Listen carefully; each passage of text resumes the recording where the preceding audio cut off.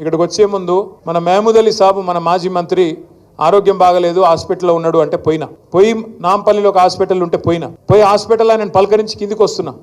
ఒక ముస్లిం లేడీ ఒక పెద్ద మనిషి వచ్చి నా చేయి పట్టుకుంది. బిడ్డ ఆగాగు అంటే ఏందమ్మా అంటే మందిలో వచ్చింది అడ్డం పడ్డది. ఆగు నువ్వు అక్కడ ఆగు అనే. ఏమమ్మా అంటే ఏం లేదు కేసీఆర్ గారికి ఒక మాట చెప్పు. కేసీఆర్ ఉన్నప్పుడు నా పేరు ఫలక్నుమాలో ఉంటా, నా పేరు నూర్ ఫాతిమా. కేసీఆర్ అన్నకు చెప్పు అన్న ఉన్నప్పుడు మా ఇంట్లో కరెంటు పోకపోయేది, ఈ దరిద్రులు వచ్చినాక రోజుకి 8 సార్లు పోతున్నది, జల్దీ రమ్మను కేసీఆర్ను అన్నది.